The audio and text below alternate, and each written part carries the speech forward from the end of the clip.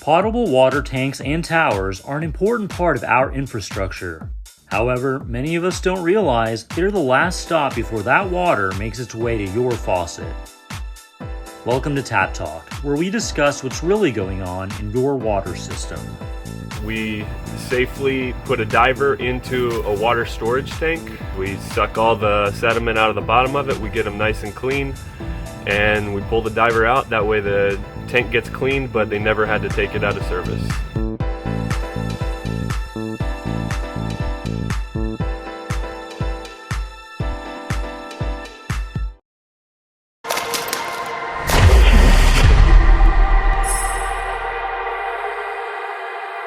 Hi, this is Ron Perrin, and we're going to look at some inspection methods and cleaning methods that we use to clean potable water storage.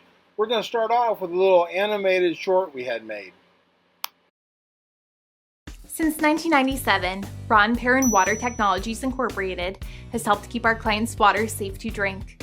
We use underwater cameras to inspect potable water tanks while the tanks remain in service, and we offer 3 in-service inspections: remote camera, remotely operated vehicle, and a potable water diver inspection.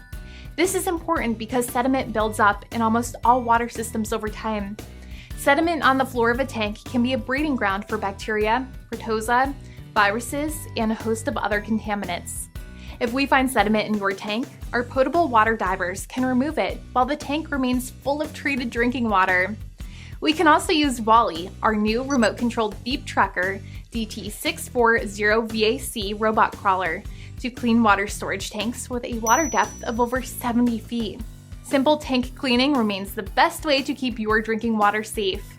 Call 817-377-4899. Okay, we've got an inspector going up a water tower. Our most popular inspection method is just to use our drop camera.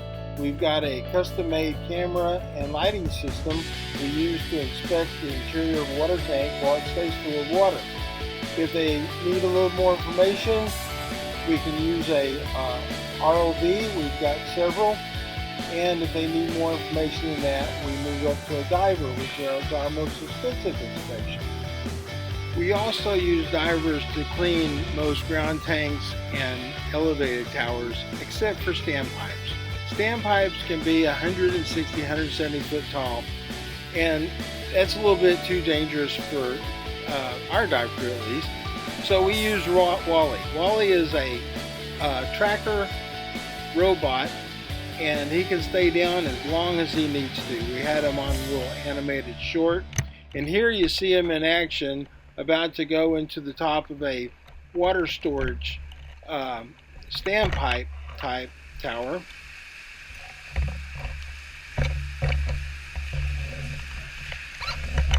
So if you wanted to dive a standpipe with 100 or more feet of water in it, the OSHA regulations dictate that you must have a decompression chamber.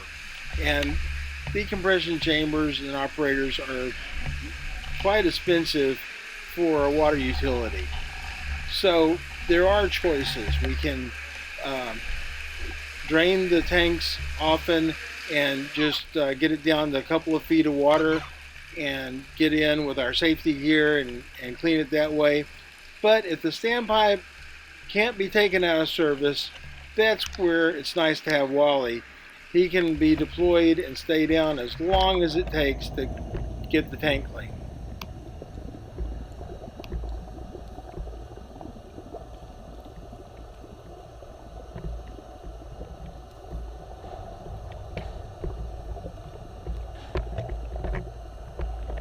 Now we're going to go from deploying him up on top to driving him down on the ground. Are we getting close to the floor? Where Robert's going to be controlling him. Looks like we stopped. I might be connecting hoses.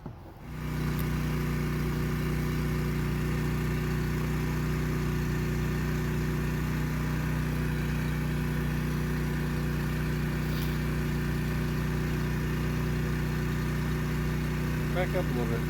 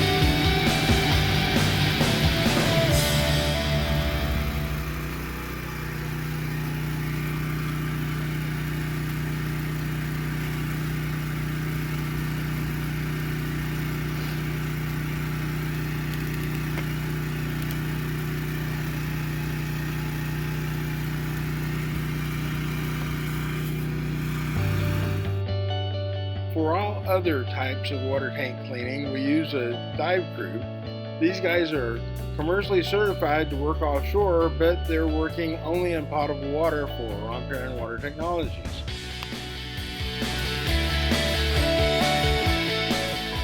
Our after cleaning videos are often combined with an inspection if we haven't already done one before the tank cleaning. We're going to look at some video of a diver cleaning a water tower. You can see more at our website at ronperrin.com.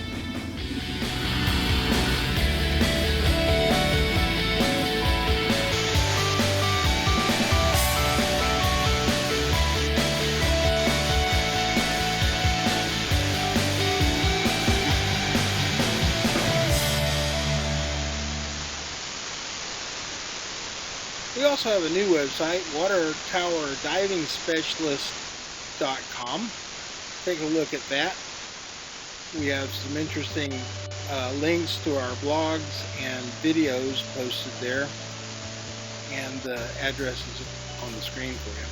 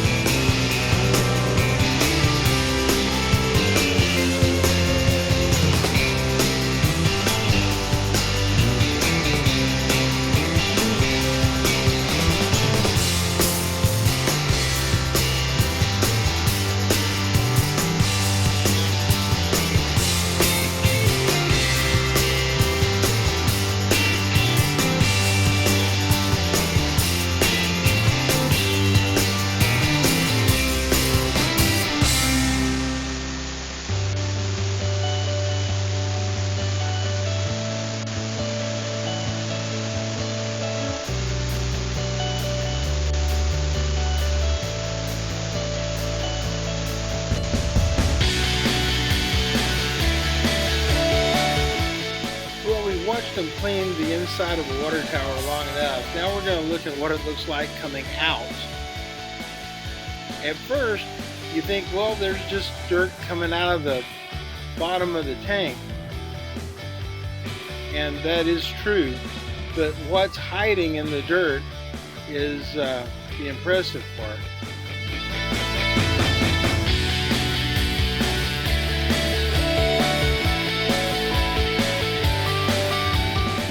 The sediment creates a safe habitat for bacteria, protozoa, and even viruses.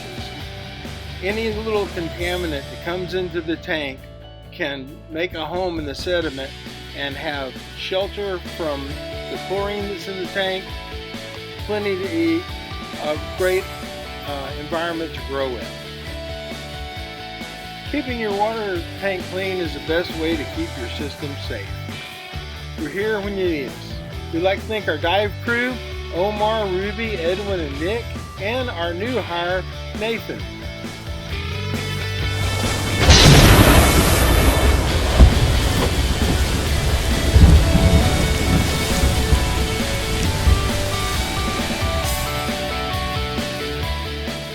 You can see more at ronparent.com or give us a call.